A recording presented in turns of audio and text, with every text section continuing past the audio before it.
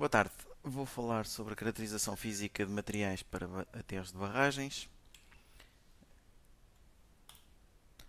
Então, nesta sessão, vamos abordar vários objetivos, ou vários temas. Neste caso, objetivos de caracterização de materiais em barragens de aterro. Depois vamos falar dos tipos de materiais utilizados, tendo em conta, ou com o objetivo de caracterizar esses materiais, vamos definir as várias grandezas básicas existentes em geotecnia. Depois, vamos falar um pouco sobre os ensaios que se podem fazer tanto em laboratório como em campo para determinar essas grandezas, com o objetivo de caracterizar os materiais. E no final, dar alguns exemplos de aplicação em barragens de aterro. Então, em termos de objetivos de caracterização de materiais, portanto, quando vamos fazer uma construção de uma barragem, a escolha do local e a seleção do tipo de estrutura é um processo longo e demorado que por vezes e normalmente leva vários anos desde que se decide até ao momento em que se decide construir, até o momento em que se finalmente é definido o tipo a localização e o tipo de estrutura que se vai construir. Portanto, tendo em conta, por exemplo, em termos de apreciação prévia, idealmente o que se procura é, ao longo de um rio, gargantas apertadas para construir a barragem, com vales abertos a montante. Agora, no entanto, a decisão de construir, normalmente, é de caráter político, com base em vários aspectos, nomeadamente económicos, sociais e ambientais. Para além destes aspectos, existem vários vetores que condicionar uma decisão de construção de uma barragem, como por exemplo os objetivos desta e a interligação com o aproveitamento dos recursos hídricos que já existam na região, os riscos envolvidos, tendo em conta o previsível desenvolvimento daquela região, a relação custo-benefício de cada solução, aterro, betão, zonado, homogéneo, com os vários elementos de filtros e drenos. Depois, o impacto tanto no ambiente como na sociedade que a construção destas barragens origina, e condicionantes de natureza física como a hidrologia, topografia, geologia ou geotecnia e condições sísmicas, caso existam. Depois, outro aspecto a ter em conta também importante é o fazimento e duração previstos para a sua construção e a disponibilidade de recursos, quer materiais, quer meio técnicos e humanos, naquela zona.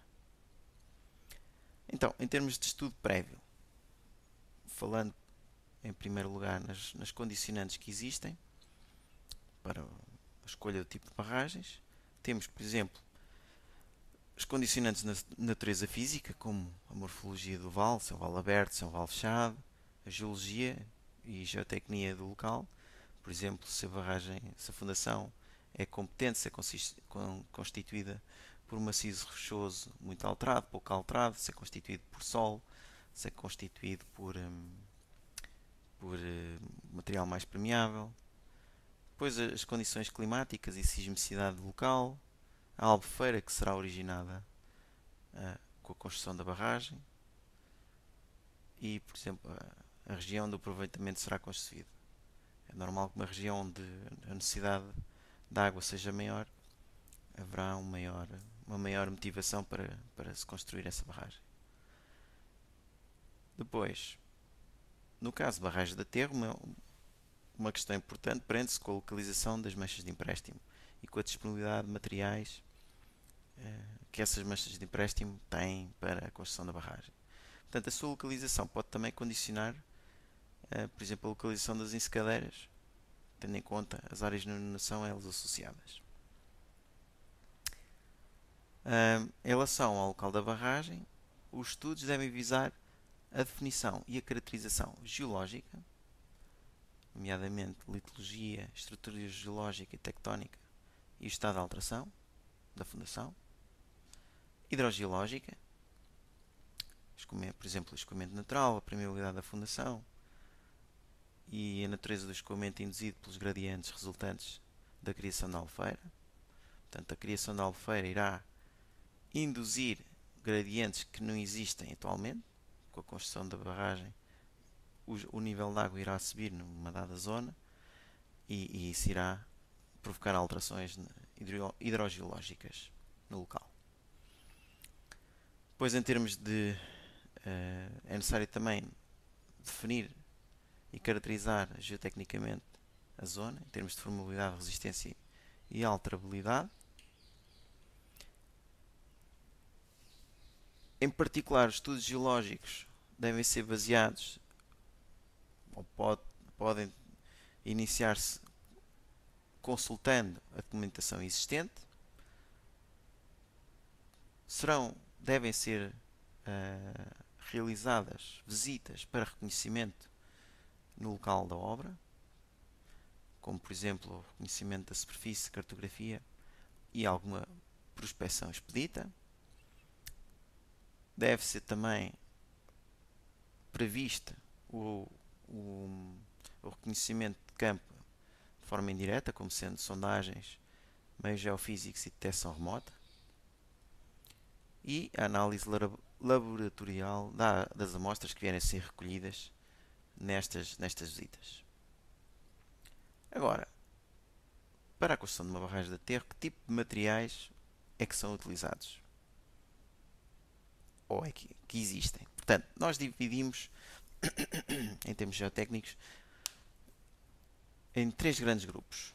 Solo, que tem umas quantidades de matéria de partículas mais finas, de menores dimensões, como se pode ver aqui. Depois temos enrocamento, ou seja, a maior parte, neste caso, partículas de muito maiores dimensões, praticamente sem partículas pequenas, de pequenas dimensões. E depois, no meio, misturas solo e enrocamento, ou seja, que vão ter tanto partículas finas como partículas mais grosseiras, e ambas em quantidades consideravelmente grandes. Em específico, vamos começar nos materiais com partículas de menores dimensões e evoluindo até materiais com partículas de maiores dimensões, como o enrocamento. Começando então pelo solo, a sua função é o controle de percolação através da barragem. Em termos de solo, temos argilas arenosas, areias argilosas, areias siltosas, várias combinações entre areias, silt e argila, nomeadamente. E, por vezes, também algum cascalho. Normalmente, mais de 15% têm dimensões inferiores a 75 micrómetros. Portanto, são partículas muito pequenas. Depois, aumentando um pouco a dimensão, temos filtros finos, ou materiais que constituem filtros finos ou drenos, cuja função é evitar a erosão da zona constituída por solo, que tem partículas finas, como vimos, devido à percolação. Portanto, nós queremos evitar que haja arrastamento de solo para a jusante da barragem, assim evitar fenómenos como, por exemplo, a erosão interna. Por outro lado, evitar a erosão da fundação da barragem, quando usado como tapete drenante. E evitar ainda o aumento das pressões intersticiais no talude de jusante, quando usado como dreno vertical. Portanto, a água, ao chegar aqui, a ideia, para diminuir a pressão, é fazer com que a água seja encaminhada para jusante de uma maneira controlada e por onde nós pretendemos. E assim diminuir as pressões e evitar riscos de erosão. Portanto, isso é em termos de funções. Agora, em termos de material de construção, estes filtros finos devem ser constituídos por areias ou areias com cascalho, com menos de 5%, partículas inferiores a 75 microns. Os finos devem ser não plásticos e devem ser materiais que, após compactação, devem obedecer a certos requisitos de durabilidade e dureza idênticos aos dos agregados do betão. Para dimensionar estes filtros, temos ainda de ter em conta as regras que obedecem à condição de filtro, tendo em conta o material querem proteger.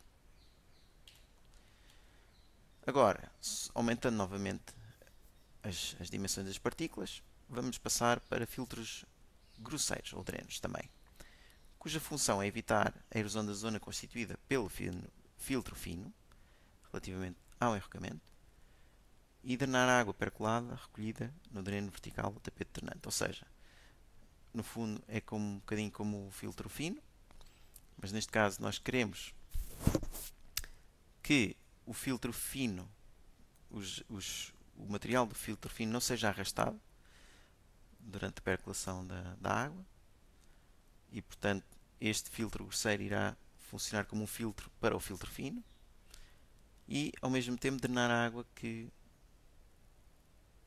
surja naquela zona do filtro grosseiro, de maneira também a que as pressões excessiais não aumentem e que se evite a erosão, por exemplo, a erosão interna.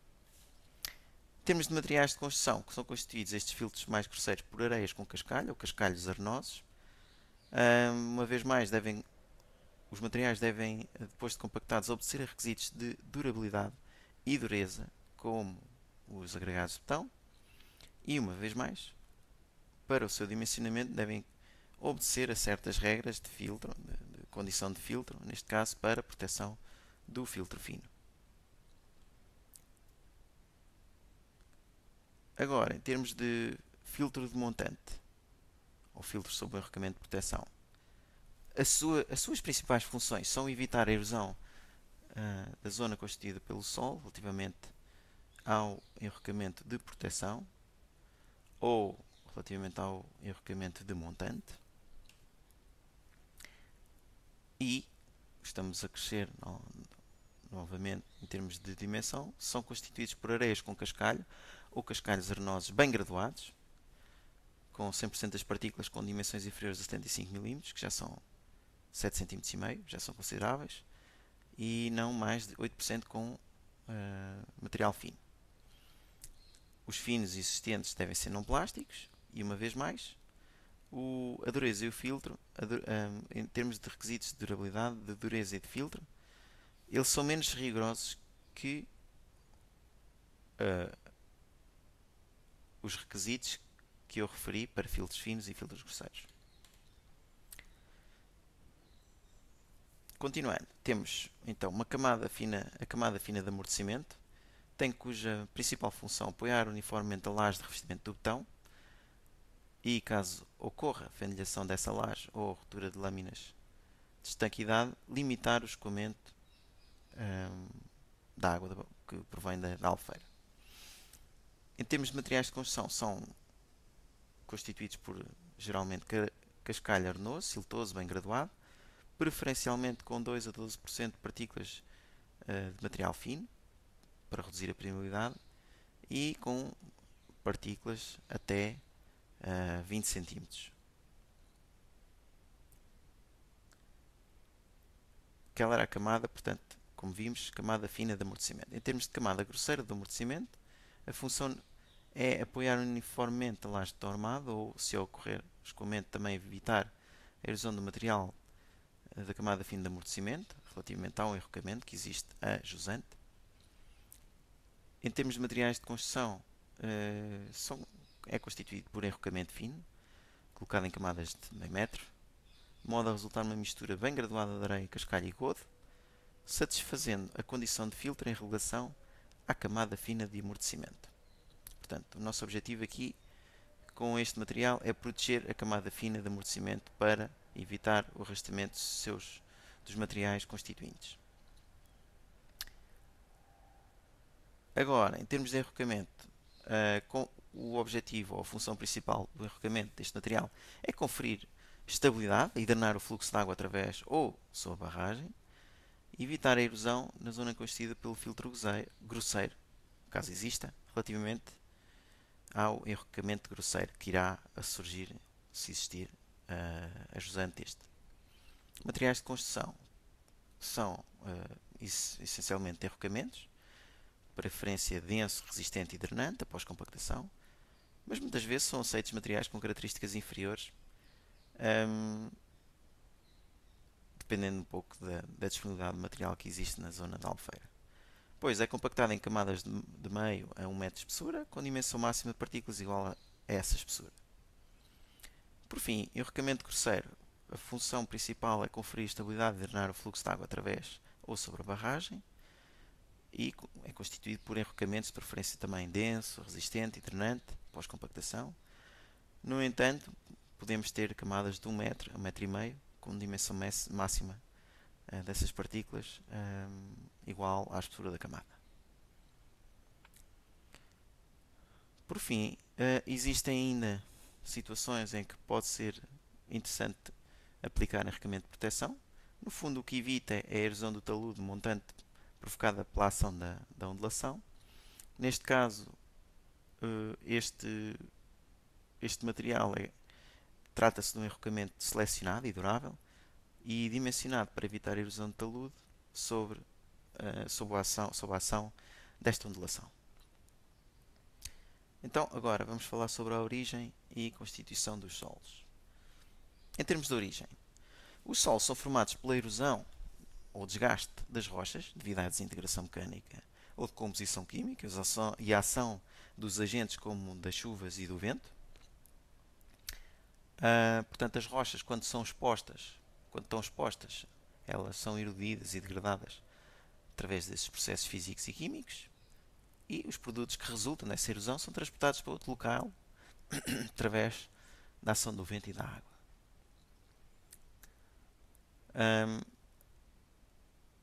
A superfície da litosfera forma-se tendo em conta dois grandes processos: a erosão, ou seja, a ação da chuva, dos rios, dos ventos, das ondas e do gelo e de gelo. Por exemplo, se tivermos o caso num país que haja glaciares por ação da gravidade, esse gelo, ao escorregar, também provoca erosão. E depois temos também a deposição do material que é originado desta erosão ou sedimentação. E depois, outro grande processo é o depósito. Portanto, depósito através de águas fluviais, aluviais, através do vento, eólicos, ou através do gelo de gelo. E depois poderá ser também devido ao efeito da água do mar, ou, caso exista, efeito de atividade vulcânica. Existem ainda outros processos que não estes dois que acabei de referir, que são casos de processos biológicos, nomeadamente a ação das raízes, de ácidos orgânicos que possam existir e de outros animais, que provocam também a erosão do material, da superfície, da litosfera, em termos gerais. E depois, tendo em conta o material que é originado através daqueles processos, podemos usar esse solo como material de construção, por exemplo, barragens de terra, enrocamentos, terraplanagens como aterros e rodovias e ferrovias, estradas, e aeródromos. Agora, falando da estrutura do solo. A estrutura do solo é constituída por partículas sólidas, ar e água. São três as fases que constituem o solo: fase sólida, líquida e gasosa. Ao contrário, por exemplo, de outros materiais homogéneos como é o aço e o betão. O ar e a água preenchem os vazios ou os poros do solo, ou seja, são os espaços entre as várias partículas sólidas. Esses espaços que existem, eles podem ser preenchidos ou por ar ou por água. A esses espaços nós chamamos vazios. Caso o solo esteja parcialmente saturado, ou seja, tem um bocado de água, mas não está completamente saturado, nós temos essa possibilidade. Temos essa, temos essa situação, ou seja, os vazios estão preenchidos por ar e por água. No fundo, em termos de água, os constituintes da fase líquida é água e sais dissolvidos, não apenas água, mas também existem alguns sais. No caso da fase gasosa, é constituído por ar, algumas vezes podem ser outro tipo de gases, e ou vapor d'água. Caso o nosso solo esteja completamente saturado, nós só vamos ter duas fases: água e partículas sólidas. Portanto, não existe fase gasosa, o solo está saturado e todos os vazios estão preenchidos então por água. Em comparação, ou no extremo oposto, se os vazios estiverem totalmente preenchidos por ar, nós dizemos que o solo está seco e, portanto, não existe fase líquida e todos os vazios estão preenchidos apenas por ar, sem qualquer tipo de água. Aqui podemos ver as várias relações que existem no caso de um solo parcialmente saturado. Temos então os Ws, que são respectivos aos pesos.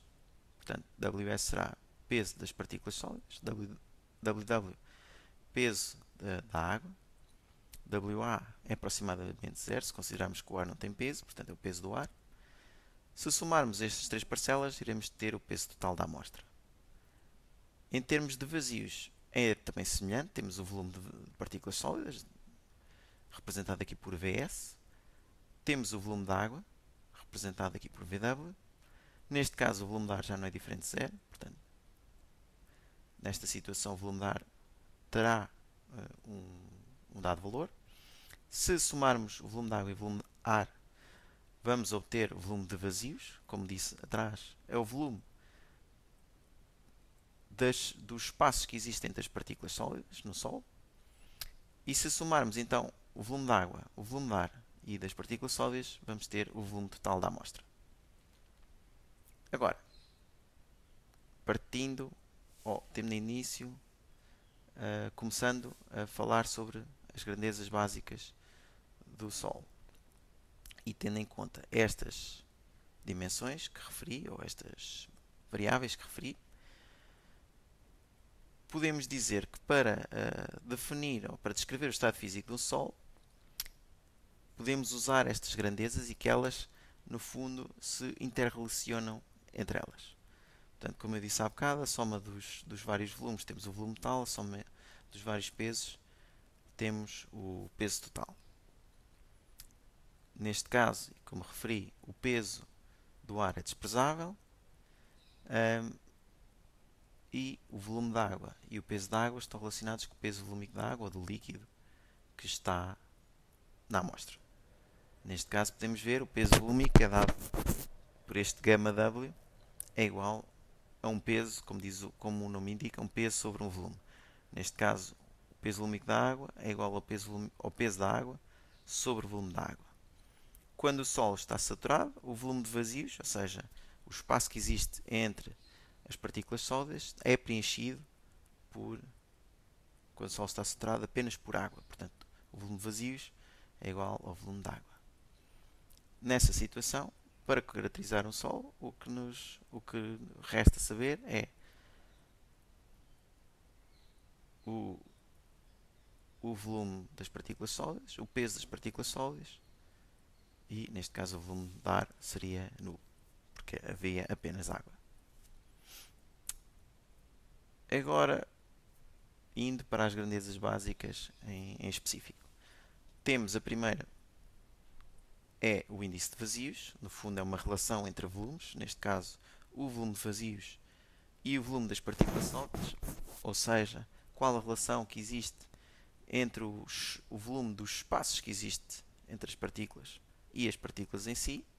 Se houver um espaço entre as partículas muito grande em relação às partículas sólidas em si, o índice vai ser grande. Caso o solo esteja bem compactado e os espacinhos todos muito bem arrumados e pequenininhos, o índice de vazios vai ser mais pequeno. Esta grandeza é adimensional, uma vez que estamos a dividir dois volumes. Outra grandeza também muito importante, é a porosidade do material. Neste caso, em vez de ser a relação entre o volume de vazios e o volume das partículas sólidas, como temos aqui no índice de vazios, vai ser o volume de vazios em relação ao volume total. Ou seja, no caso tenhamos um material muito mal ou pouco compactado com muitos vazios, a sua porosidade vai ser grande, tendo em conta o volume total. Caso nós consigamos compactá-lo de maneira mais eficiente e bem arrumada, nós iremos diminuir a sua porosidade da amostra. A porosidade normalmente apresenta-se em percentagem. Continuando ainda na relação de volumes, se nós determinarmos a relação do volume de água sobre o volume de vazios, nós temos o grau de saturação. Portanto, se tivermos numa amostra saturada, em que todos os vazios são preenchidos por água, nós vamos ter um grau de saturação igual a 100, porque o volume de vazios é igual ao volume de água. Portanto, grau de saturação S igual a 100. Caso estejamos perante uma amostra de solo seco, o volume de vazios vai ser apenas devido ao ar, não existe água. Portanto, o volume da água é zero, faz com que o grau de saturação seja zero. O grau de saturação, como diz ali, é apresentado normalmente em percentagem.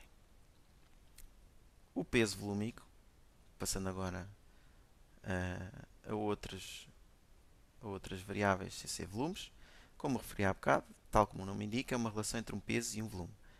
Neste caso, o peso volúmico total, por exemplo, é a relação entre o peso total e o volume total da amostra. Caso o grau de saturação seja 100%, o solo esteja saturado, designa-se em regra por peso volúmico saturado e o símbolo, em vez de ser só o gama, passa a ser o gama saturado. O peso volúmico, uma vez que estamos a relacionar pesos com volumes, normalmente vem em kN por metro cúbico.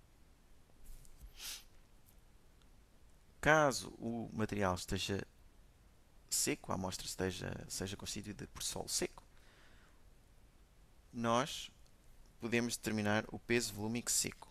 O peso volúmico seco, no fundo, a componente do peso é apenas devida a partículas sólidas. Portanto, será dado pelo peso das partículas sólidas sobre o volume total da amostra. Neste caso, o peso volúmico seco será representado por γd, em que d vem do inglês dry. Dry é seco em inglês. Caso queiramos determinar o peso volúmico das partículas sólidas, iremos fazer a relação em relação às partículas sólidas do peso das partículas sólidas sobre o volume das partículas sólidas. Em geral, para o tipo de material que nós costumamos encontrar, este intervalo, estando a falar sem contabilizar material ou sem considerar material orgânico, apenas inorgânico, este material encontra-se no intervalo 25,5 a 27,5 kN/m3. Depois, se quisermos determinar o peso volúmico submerso, podemos fazê-lo determinando a diferença entre o peso volúmico total e o peso volúmico da água. Este valor deverá ser também apresentado em kN/m3. Outra grandeza que se costuma determinar para caracterizar os solos é a densidade das partículas. No fundo, é a relação entre dois pesos volúmicos. Neste caso, o peso volúmico das partículas sólidas em relação ao peso volúmico da água. Em geral, este valor para os materiais inorgânicos que costumamos usar encontra-se no intervalo 2,6 a 2,8 e é adimensional, uma vez que dividimos pesos volúmicos. Em termos de valores tipo para os vários tipos de solo da densidade das partículas, temos aqui, por exemplo, areia, que vai de 2,65 a 2,67 densidade relativa, e a argila, podemos ver como é um material mais pequenino, apesar de mais pequenino, é um material tem uma densidade de partículas superior a cerca de 2,7 a 2,8 em termos de densidade das partículas. Caso a nossa amostra tenha alguma componente orgânica, isso irá fazer com que a nossa densidade das partículas seja inferior a 2. portanto, um valor muito mais baixo para densidade, caso existam materiais orgânicos na nossa amostra.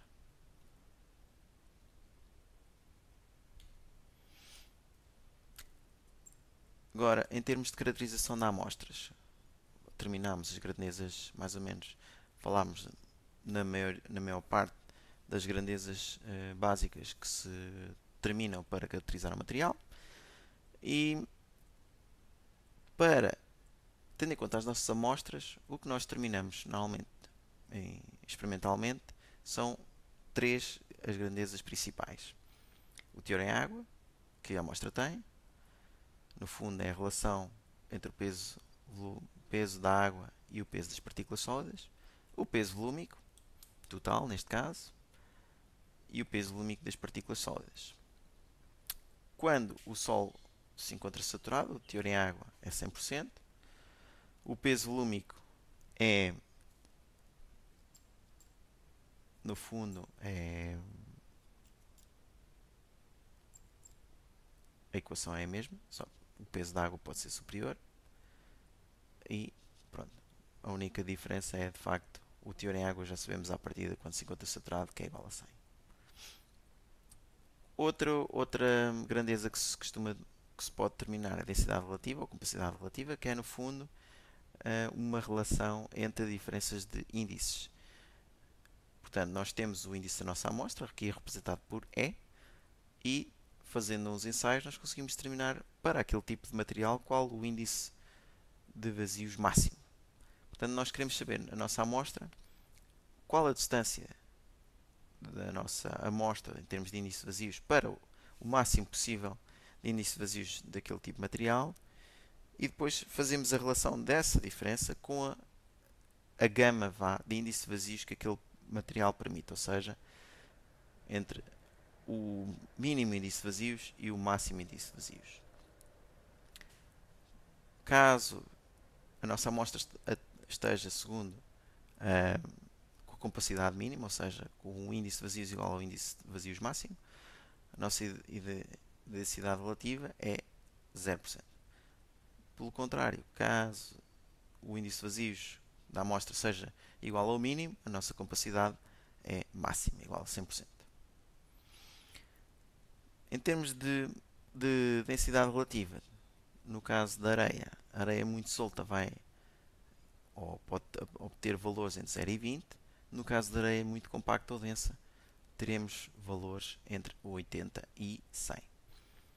No fundo, este índice é muito importante na medida que permite conhecer a suscetibilidade do solo em experimentar deformações volumétricas quando carregado, ou seja, um material com uma densidade relativa mais baixa é suscetível de ter maiores deformações quando carregado do que um material mais compacto ou denso.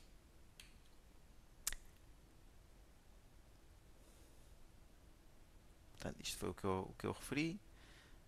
É um índice importante na compactação de solos e vamos ver à frente, quanto melhor for graduado um solo, mas eu refiro já, no fundo a graduação tem a ver com a distribuição da dimensão de partículas no solo.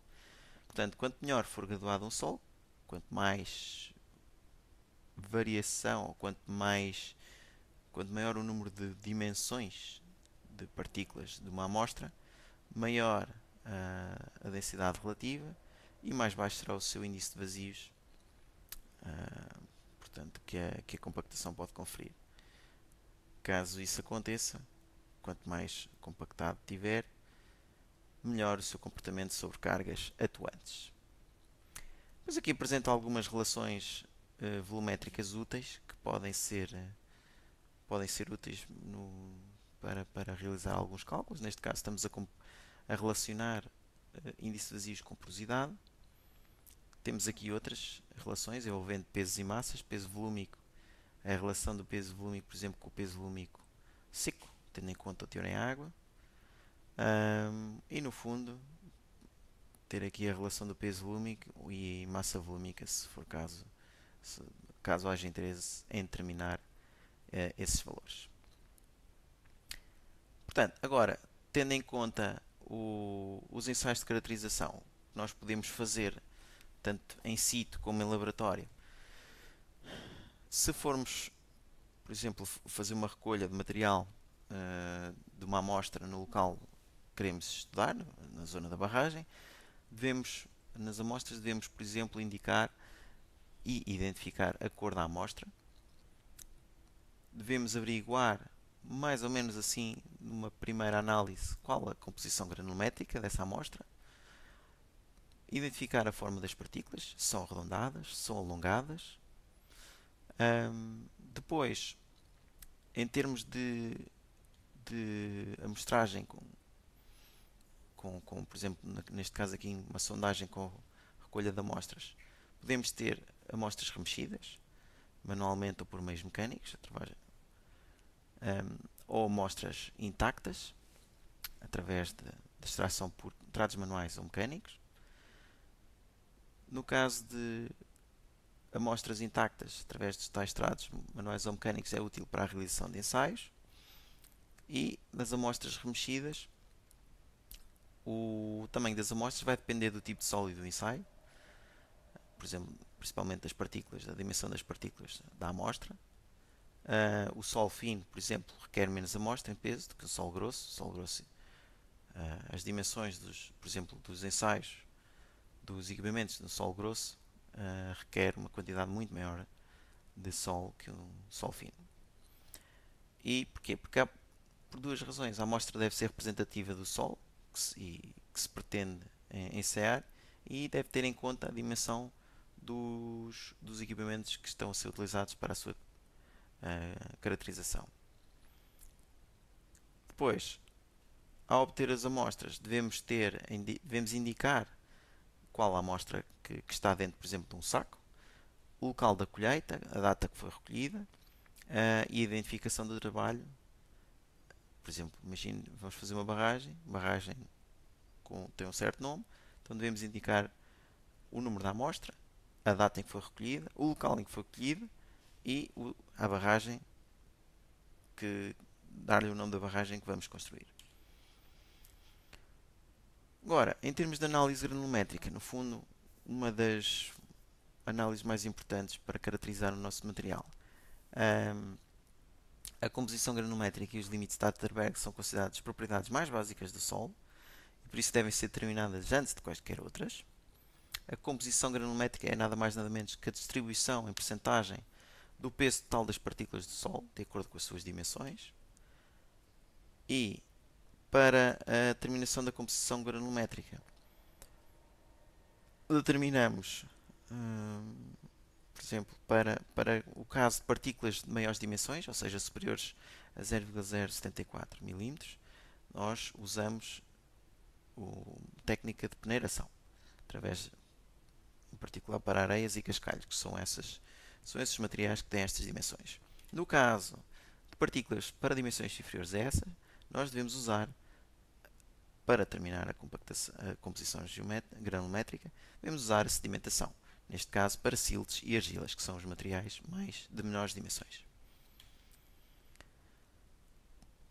Começando então pela peneiração, como disse anteriormente, que é utilizada ou é aplicada para partículas de maiores dimensões, o solo passa por uma série de peneiros de malha quadrada, normalizada, com uma abertura de malha decrescente em altura.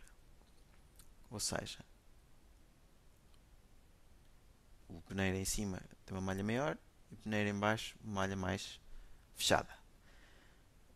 Esse peneiro com malha mais fechada considera-se que, designa-se por peneiro número 200 e tem uma abertura de 0,074 mm e, no fundo, separa as partículas que podem ser determinadas por peneiração das partículas que podem ser determinadas por sedimentação.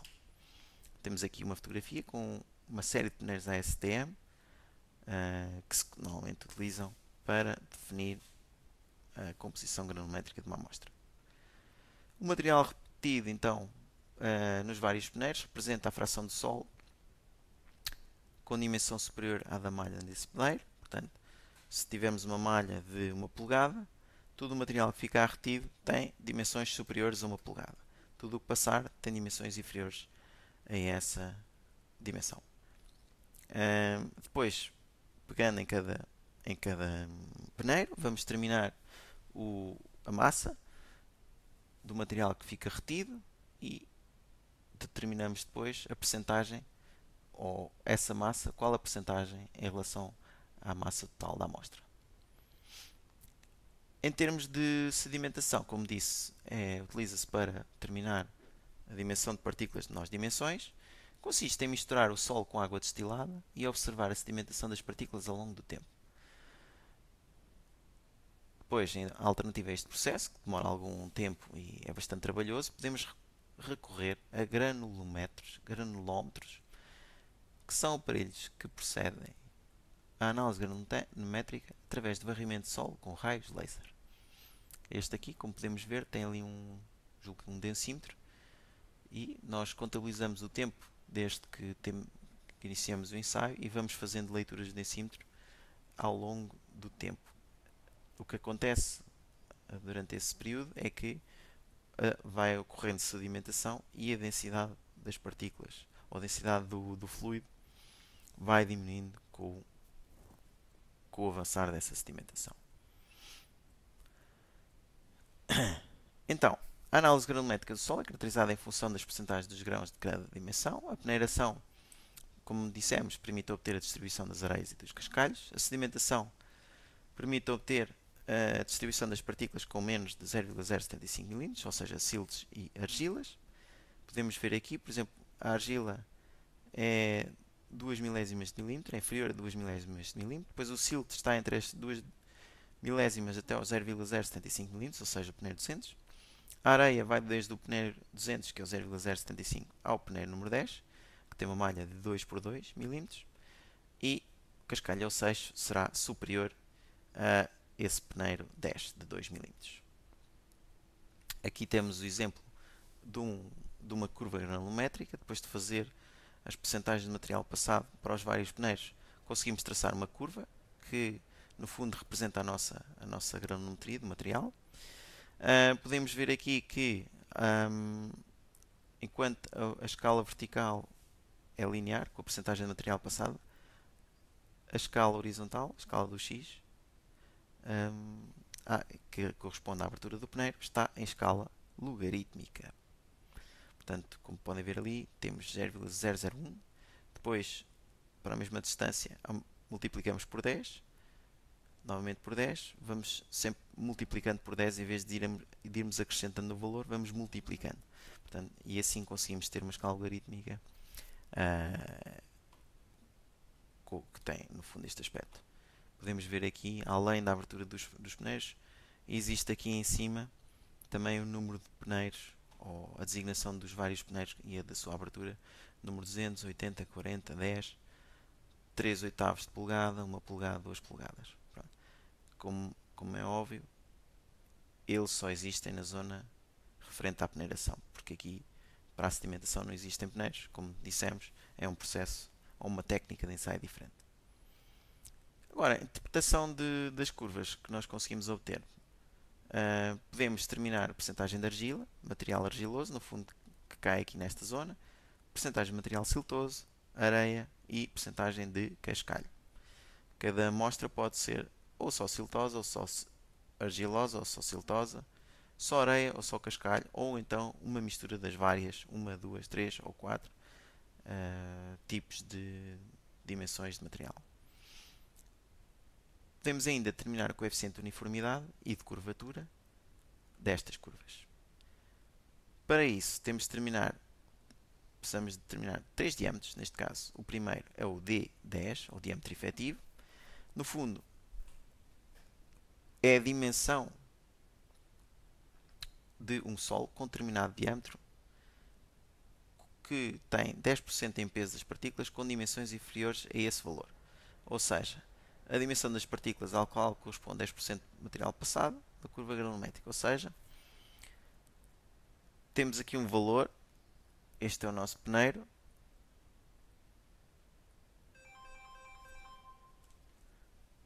podemos ver aqui, por exemplo, cerca de 0,1, ou seja, 10% do material tem dimensões inferiores a 0,1.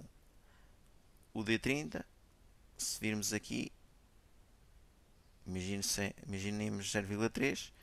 30% do material tem dimensões, ou 30% da nossa amostra, tem dimensões inferiores a 0,3. No caso do 60, a nossa amostra tem dimensões,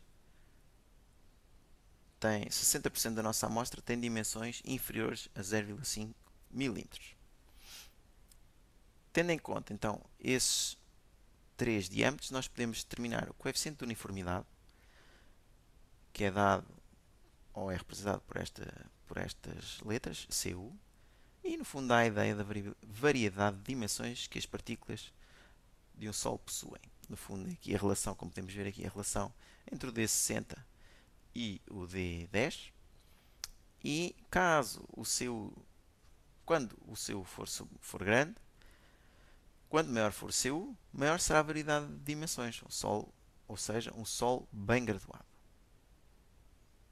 Podemos dizer até que o Sol bem graduado deve ter um coeficiente de uniformidade entre 4 a 6. Caso o coeficiente de uniformidade seja baixo, é um Sol de granulometria pobre ou mal graduado e é constituído essencialmente por partículas quase todas da mesma dimensão. Caso particular de CU igual a 1, vamos estar na presença de um Sol com dimensões de partículas todas iguais. No fundo era como um saco de berlindes, todos iguais. Outro coeficiente que podemos determinar é o coeficiente de curvatura, que está relacionado com a forma da curva. Vemos ali a relação entre o D30 ao quadrado sobre o produto de D10 pelo D60. Caso a curva seja suave, ou seja, coeficiente de curvatura localizado entre 1 a 3, consideramos que está bem graduado, tem uma curva pouco inclinada. Se tiver uma curva bastante inclinada, é o contrário e chamamos-lhe ou designamos-lhe de mal graduado. Agora, em termos de importância da análise granulométrica, podemos dizer que a diferentes arrumações correspondem a índices vazios dentro de determinados intervalos. Solos bem graduados, como dissemos, são partículas muito variadas em termos de dimensões e têm uma gama de índices vazios ampla. O índice de vazios mínimo atinge valores muito baixos, que corresponde, nessa situação, a partículas muito bem arrumadas.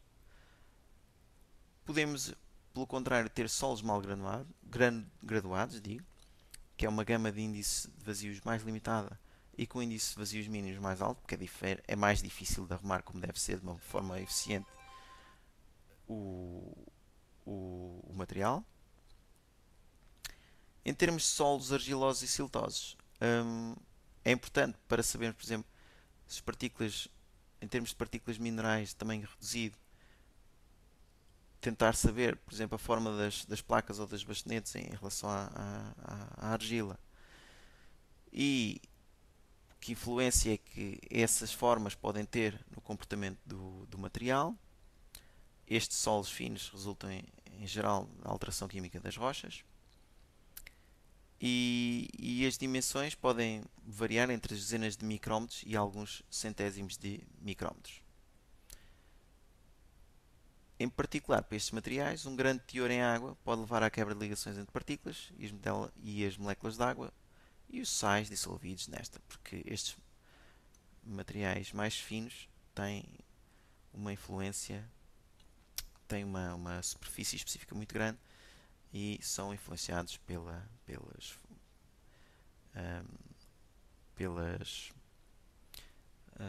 por ações químicas.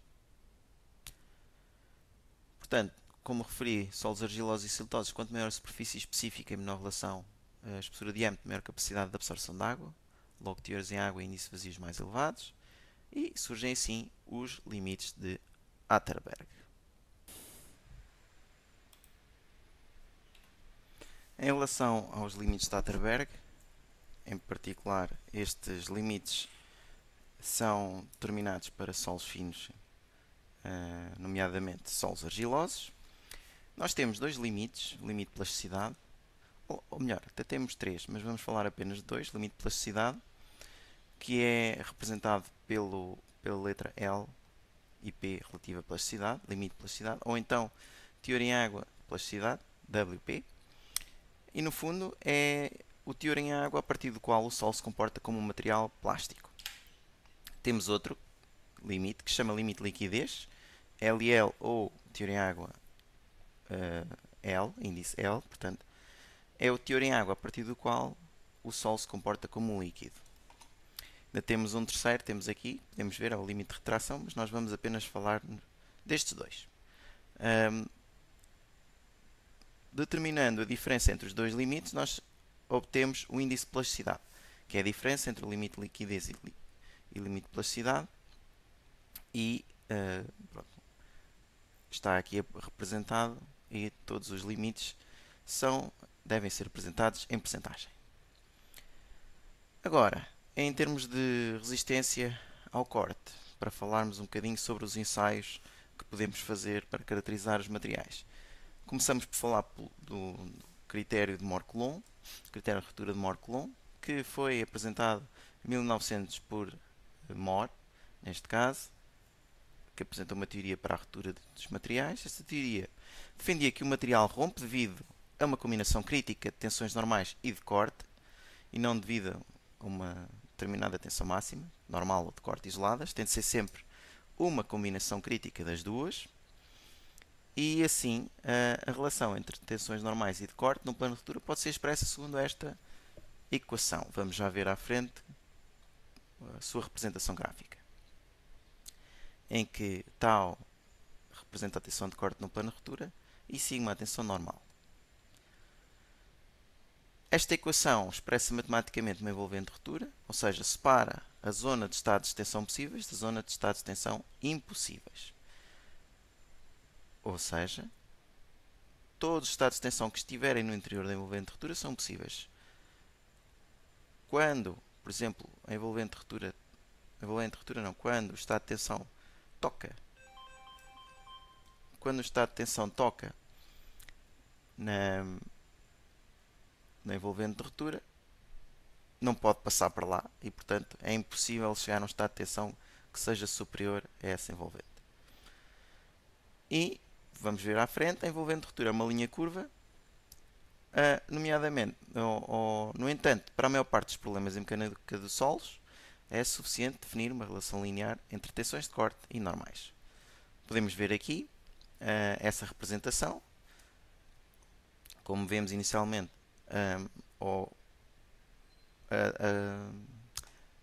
a envolvente de ruptura é curva, como vemos aqui, mas, como tinha dito, para os problemas de engenharia civil, para os problemas de geotecnia, podemos admitir uma relação linear.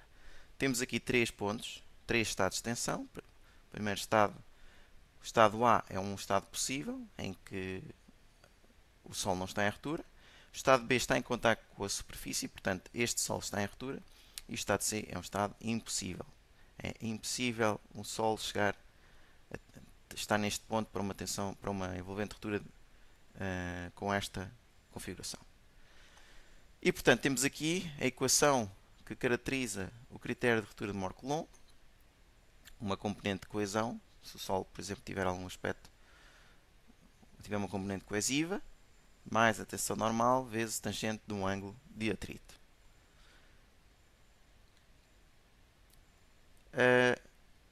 Portanto, como eu tinha dito, a importância da envolvente de ruptura pode-se observar através dos pontos na figura.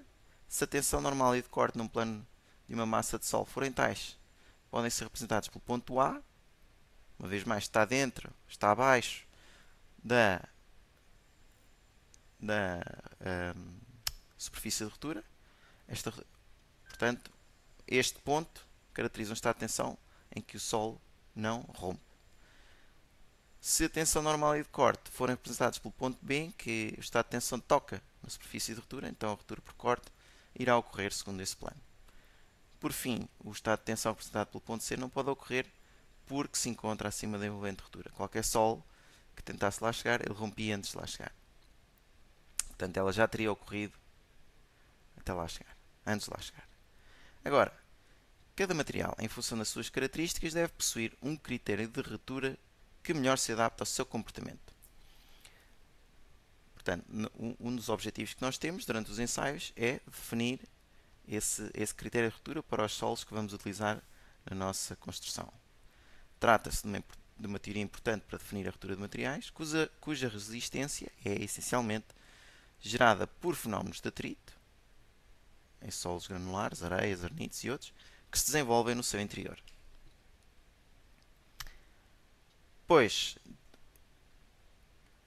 um aspecto em particular tem a ver com, por exemplo, num solo saturado, a tensão normal é a soma da tensão efetiva, que é representada por a tensão aqui com este apóstrofo, mais a pressão na água dos poros, que é, no fundo, a pressão intersticial. Portanto, esta tensão total é igual então, à tensão efetiva mais a pressão na água dos poros. O que é que acontece? No fundo, o que nos interessa saber é aqui esta tensão, porque esta é a tensão que o nosso esqueleto sólido vai ter de resistir. Portanto, o nosso material tem de suportar estas tensões. Ok? Portanto, é esta que nós normalmente nos focamos. Tendo em conta isso, se reescrevermos a tensão a critério de ruptura de Moore-Coulomb, vamos ter uma equação deste tipo. Agora, em termos de ensaios de laboratório, o que é que podemos fazer para caracterizar o nosso material? O mais simples, por exemplo, é o ensaio de corte direto, em que os parâmetros de resistência do corte de um solo ao corte de um solo são determinados em laboratório. Neste caso, ensaio de corte direto é uma amostra de secção retangular introduzida numa caixa cortada horizontalmente em duas metades, já vamos ver como, em que conseguimos fazer a leitura de uma força normal que é aplicada à base superior da amostra por meio de um sistema de pesos e alavancas. E durante o ensaio, essa tensão normal, essa força normal é mantida constante. Temos aqui o exemplo então de uma máquina de corte direto. Este é o ensaio mais antigo e mais simples para determinar a resistência ao corte do solo. Aqui dentro temos a tal caixa com o material de solo que queremos ensaiar. Isto tem de ser um solo de pequenas dimensões, com partículas de pequenas dimensões, porque este não conseguem perceber aqui, mas este é uma câmara de 10, 15 centímetros. Portanto, a tensão de corte é aplicada movendo uma metade em relação à outra. Em princípio, a que está fixa é a parte de baixo, depois a parte de cima é empurrada por uma força que faz deslizar. E, portanto, aplicamos uma força que vamos aumentando. Temos aqui uma força normal, que em princípio é constante durante todo o ensaio. Aplicamos uma força, vamos aumentando, até que a certa altura se provoca o deslizamento das duas faces, uma em relação à outra, e lemos para que força é que isso acontece, e assim determinamos a força de corte. Durante o ensaio, então, podemos realizar três leituras: deslocamento horizontal da face superior em relação à inferior, a força de corte, a força normal aplicada, neste caso aqui no topo, e a deformação vertical que essa força... desculpem, a força de corte aplicada horizontalmente, nós sabemos a força normal, essa é que nós aplicamos no início do ensaio, e a deformação vertical que ocorre durante o ensaio. Neste ensaio obtém-se então tensões tangenciais e normais através das razões entre as forças e a área. Portanto, nós sabemos que uma tensão é uma força dividida por uma área. Nós sabemos qual a força normal que aplicamos, sabemos a secção da amostra. Depois sabemos a força que estamos a aplicar em termos de corte, sabemos a secção é a mesma. Portanto, ela está a ser aplicada naquela superfície que existe entre as duas metades da câmara, e com base nessas duas tensões nós conseguimos determinar ou traçar os círculos de Moore. Com os vários círculos de Moore conseguimos determinar a envolvente de ruptura. Para isso vamos aumentando as forças normais. Portanto, fazemos um ensaio com uma força normal, cortamos o material, fazemos uma nova amostra com uma força normal superior, fazemos o corte, depois fazemos uma nova amostra, uma força normal superior às duas primeiras e o corte, e com isso conseguimos fazer a envolvente ruptura do solo. Dependendo do equipamento, o solo entra em ruptura através da aplicação de tensões controladas, em que se medem as deformações provocadas, ou de deformações controladas, em que se medem as tensões provocadas. Em ensaios com controle de tensão, a força de corte é aplicada em incrementos iguais, até que se dá a ruptura da amostra. A ruptura dá-se ao longo do plano que divide as metades da caixa de corte. Após a aplicação de cada carga incremental, o deslocamento de corte na metade superior da caixa é lido com um defletómetro horizontal. A variação da altura do provete é lida num defletómetro vertical localizado na placa de carga. Em ensaios de controle de deformação, ao contrário, é aplicada uma taxa de deslocamento de corte constante a uma metade da caixa através do motor, em vez de uma força, é uma taxa de deslocamento. E a variação constante do deslocamento de corte é lida num defletómetro horizontal e a força de corte correspondente a esse deslocamento é lida por um anel ou célula de carga. Variação de volume da amostra ou da altura deslocamento vertical da amostra é lida de forma semelhante aos ensaios de controle de tensão. A vantagem dos ensaios com controle de deformação é que, no caso de uma areia densa, a resistência de pico e última podem ser observadas e desenhadas. Em ensaios de controle de tensão, apenas a resistência de pico pode ser observada e desenhada. Note que essa resistência pode ser apenas aproximada, uma vez que a ruptura do solo deve ocorrer entre dois patamares de carga. Vamos ver à frente o traçado de um resultado em que se vêem essas tensões. No entanto, os ensaios com controle de tensão provavelmente simulam melhor as condições in situ que os ensaios de controle de formação. Portanto, vemos aqui então os resultados. Sabemos que uma força normal, dividida por uma secção, temos a tensão normal. Se terminarmos a força de corte dividida pela secção da amostra, temos a tensão de corte. No caso de uma areia densa, em princípio, como referi anteriormente, com um ensaio com controle de formação, podemos ver este tipo de resultado, ou seja, temos a tensão de corte no eixo dos Y, temos o deslocamento no eixo do X. Portanto, à medida que vamos aumentando o deslocamento, a tensão de corte vai aumentando até um dado valor máximo, que se designa por resistência de pico, e a partir desse valor máximo tende a diminuir até atingir uma resistência, a que chamamos resistência última. Isto para uma areia densa. Tendo em conta aqui a variação da altura no provete, também para o mesmo deslocamento de corte, o que nós vemos para o caso de uma areia densa é que ela tende a diminuir, a altura tende a diminuir, o volume tende a diminuir no início do ensaio, depois a certa altura atinge um mínimo e a partir daí começa a dilatar. Ou seja, dilata até que atinge um máximo correspondente à altura em que está na resistência última. Isto numa areia densa. No caso de uma areia solta, o que acontece é que vamos carregando, vamos aumentando a deformação, vamos, até que a certa altura atinge um patamar de resistência última. Se o material for o mesmo, nós vamos atingir a mesma resistência última.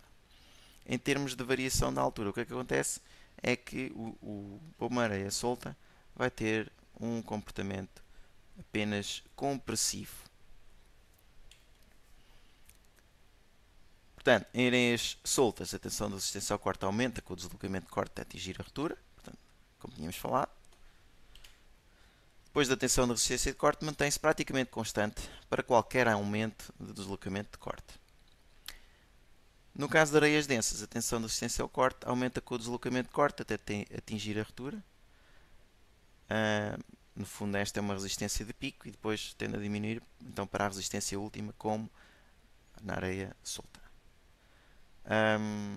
depois dessa tensão então ser atingida, a tensão da resistência de corte diminui gradualmente com o aumento do deslocamento até que atinge um valor constante designado por resistência última. Podemos ver aqui então os vários resultados e a envolvente ruptura obtida. Estes ensaios são repetidos em provetos semelhantes para várias tensões normais. Uma tensão normal, uma tensão normal, uma tensão normal. Cada tensão normal corresponde a um círculo de Mohr. Portanto, das curvas de tensão de formação dos ensaios de provetos são tomados os valores de tensões de corte de ruptura, que conjugados com as tensões normais correspondentes, permitem a definição da envolvente resistência do solo para o intervalo de tensões ensaiado. Esqueci-me de dizer, aqui neste gráfico temos tensões de corte no eixo dos y, tensão normal no eixo dos x. E há um desfazamento, a envolvente ruptura não passa em princípio na origem, tem aqui uma diferençazinha que é a componente coesiva do material. Agora, em termos de ensaio triaxial, o ensaio de corte é bastante simples, tem algumas particularidades, nomeadamente nós estamos a obrigar o solo a romper numa determinada superfície. No ensaio triaxial deixamos o solo romper pela superfície que ele considera mais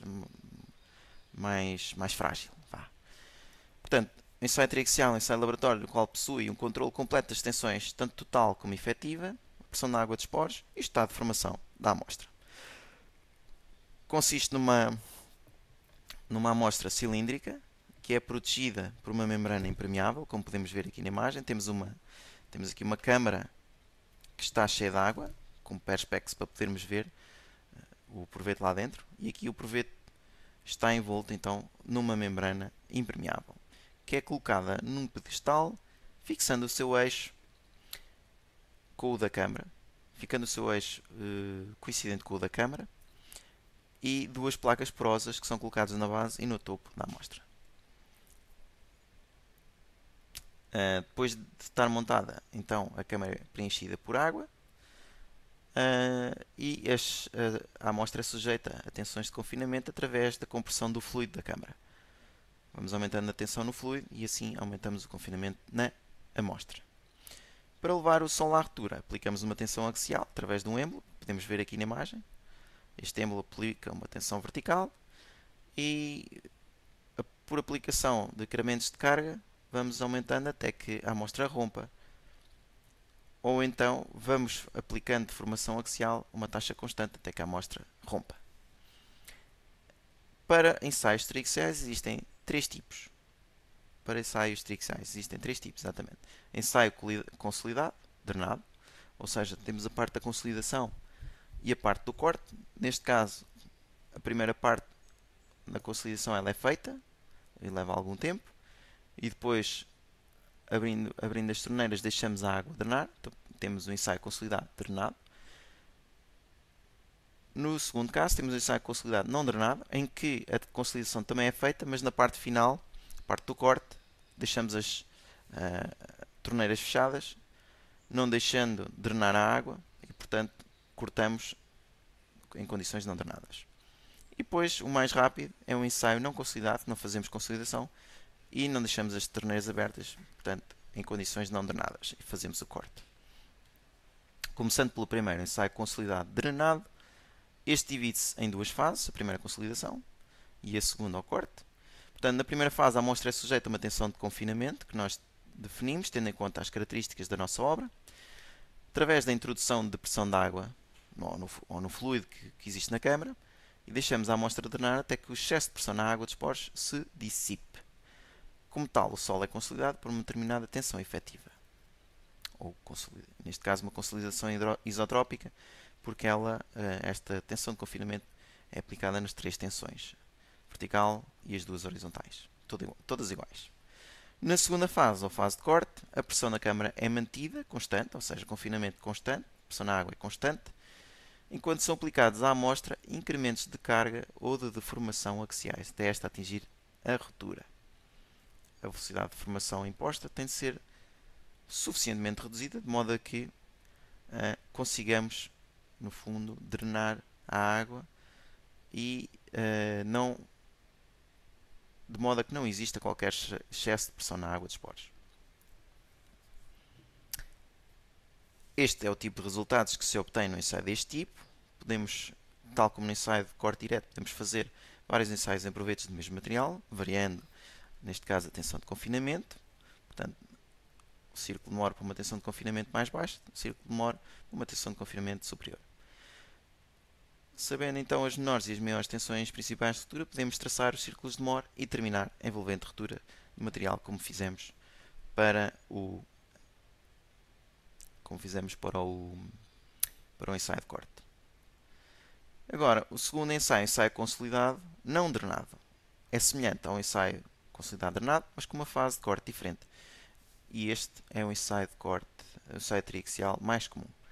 Então, na primeira fase, a fase de consolidação, a amostra é sujeita à tensão de confinamento, uma vez mais, através da introdução de pressão no fluido que existe na câmara. Deixa-se a amostra drenar até que o excesso de pressão da água se dissipe e, como tal, o solo é consolidado por uma determinada tensão efetiva e, uma vez mais, trata-se de uma consolidação isotrópica porque todas as três tensões têm o mesmo valor. Na segunda fase, aqui é que é diferente, a fase de corte, a pressão da câmara é mantida constante enquanto são aplicadas à amostra incrementos de carga ou de formação axiais até esta atingir a ruptura. No entanto, com as torneiras fechadas não deixamos a amostra drenar, o que vai resultar num aumento de pressão na água e dos poros, em particular da amostra, e a redução de tensão efetiva antes de se atingir a ruptura. Podemos ver aqui os resultados obtidos.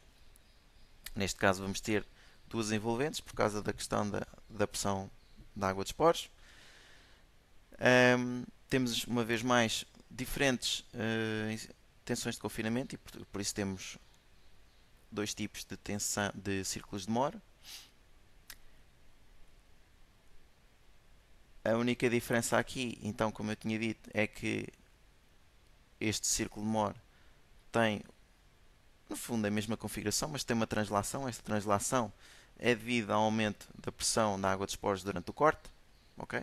Portanto, se virmos aqui o que terá se interrompido, no fundo é a ruptura, envolvente ruptura do solo para condições, para tensões efetivas, enquanto a cheio são as tensões totais. Por fim, o ensaio não consolidado não drenado. Este ensaio tem o objetivo de permitir a determinação da resistência não drenada de um solo saturado ao corte. A drenagem não é permitida durante a aplicação de tensão de confinamento e durante a aplicação de incrementos de tensão axial e até à ruptura, a drenagem também não é permitida. Nunca durante o ensaio é permitida a drenagem, as torneiras estão sempre fechadas. Portanto, uma vez que a drenagem de excesso de pressão na água nos poros não é permitida, o ensaio pode ser realizado muito rapidamente. Podemos ver aqui o tipo de resultados que se obtêm. A pressão, neste caso, a pressão total na água dos poros, em qualquer fase do ensaio, é dada por esta soma. Portanto, pressão na água durante a confinação, durante a consolidação e a variação durante o corte. E o ensaio não consolidado, não drenado, é normalmente realizado em ensaios argilosos e mostra que a tensão axial na ruptura é praticamente a mesma, independentemente da tensão de confinamento. Temos aqui várias tensões de confinamento, o ensaio 1 e ensaio 2, e podemos ver que a tensão de corte não drenado é praticamente constante. Envolvente de ruptura dos círculos de Moore para condições não drenadas, não consolidadas, é uma linha horizontal, onde CU representa a resistência ao corte não drenada e é, no fundo, igual ao raio dos círculos de Moore. Agora, em termos, isto foram ensaios de laboratório, vamos falar então, para terminar, ensaios de campo. Sondagens, em particular, sondagens de percussão, é um procedimento geotécnico de campo capaz de mostrar o subsolo. Se associado ao ensaio de penetração dinâmica, ou SPT, é possível medir a resistência ao solo ao longo da profundidade perfurada. Ao realizar uma sondagem, pretendemos conhecer o tipo de solo, a resistência oferecida pelo solo à cravação de um amostrador padrão e a posição do nível freático. Em termos de, ou melhor, a partir do valor de resistência à penetração oferecido pelo solo, podemos, através de expressões empíricas, estimar certas propriedades do solo, como por exemplo a compacidade e a resistência. Podemos ver aqui os equipamentos os tubos caratadores que são utilizados por vezes então nestas sondagens. Depois temos outro ensaio de cone, CPT, consiste em penetrar um cone na ponta de uma haste que é protegida por um tubo de revestimento e mede-se o esforço que é necessário para a penetração desse cone no material. Existem vários tipos de cone e formas de penetração, estática ou dinâmica. Num ensaio de penetração estática com cone holandês, mede a resistência de ponta e o atrito lateral, permitindo estimativas de resistência ao corte e de coesão. Os resultados obtidos podem ser usados diretamente para dimensionamento de fundações ou correlacionados com o número de pancadas no ensaio SPT. Podemos ver aqui uma máquina, um equipamento que está a realizar então esses ensaios de cone. Neste caso, com recolha de dados à medida que vai sendo realizado o ensaio. Depois, durante a apresentação, irei dar uns exemplos, se houver tempo, de exemplos de aplicação para, sobre este tema que estive a falar nesta sessão. Muito obrigado.